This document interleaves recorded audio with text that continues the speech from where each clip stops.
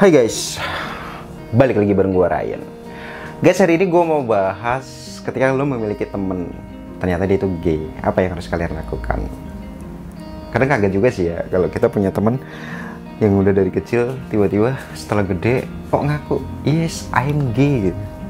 Gue ngalamin sih hal kayak gini, jadi kayak shock juga sih, tapi udah menduga juga walaupun kita nggak terlalu ikut campur atau apa, tapi sebenarnya ya kita bisa ngomong sih, maksudnya dalam hal ini, oh iya ternyata dia itu seorang seperti itu ya supaya pas minimal jadi teman ceritanya atau apa. Nah kadang-kadang teman itu kan semacam kayak jaga, takut kita itu bakal ngejauh, bakal dia itu malu atau bagaimana gitu. Nah gue akan kasih kalian saran apabila kalian memiliki teman dekat ternyata dia itu seorang gay, apa yang harus kalian lakukan. Jangan kemana-mana. Buat kalian yang baru nemuin channel gue dan belum subscribe, gue ingetin lagi untuk subscribe, tombolnya ada di bawah.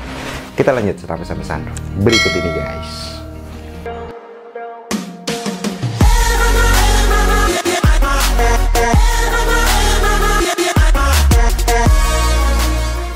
Yang harus kalian lakukan pertama adalah menjadi orang kepercayaannya dia. Jadilah pendengar yang baik.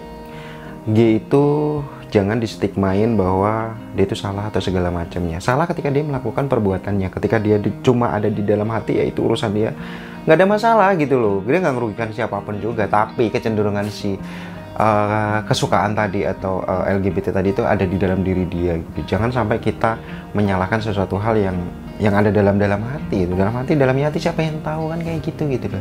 Sama juga hal seperti itu gitu. Jadi jadilah kita orang kepercayaan dia untuk dia curhat cerita tentang hal tersebut. Kalau memang dia nggak mau jujur atau segala macam, ya kalian cukup yang mancing-mancing atau setidaknya membuka diri untuk membuka percakapan tersebut. Nggak ada masalah gitu loh. Kenapa? Karena takutnya orang-orang kayak gini tuh dia itu terpendam yang pada akhirnya dia nanti stres gitu. Kenapa? Karena nggak ada teman untuk melampiaskan atau untuk cerita atau untuk sebatas gue kayak gitu sebatas di jalan bercanda, ada cowok cakep kayak gitu guys. Jadi jadilah pendengar yang baik, jadilah teman yang baik. Ketika ada teman kalian seperti itu, jangan justru malah dijauhin. Nah yang kedua adalah jangan pernah menyalahkan. Kalau kalian mau denger dia cerita kenapa dia awalnya bisa seperti itu, nggak masalah, tapi jangan menyalahkan dari cerita tersebut. Cukup kita jadi pendengar, nggak perlu dianalisa, nggak perlu dikomentarin.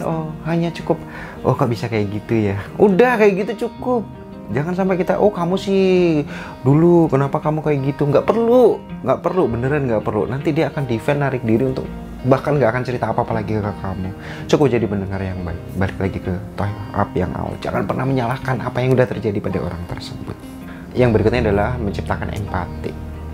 Kita harus memposisikan bahwa orang tersebut itu nggak akan mudah untuk ngejalanin hal tersebut. Jadi kita harus menciptakan empati seolah-olah kita ikut merasakan apa yang orang tersebut rasakan. Dengan seperti itu kita akan lebih aware, kita akan lebih peduli dengan teman kita. Jangan kita acuh, jangan kita tidak peduli.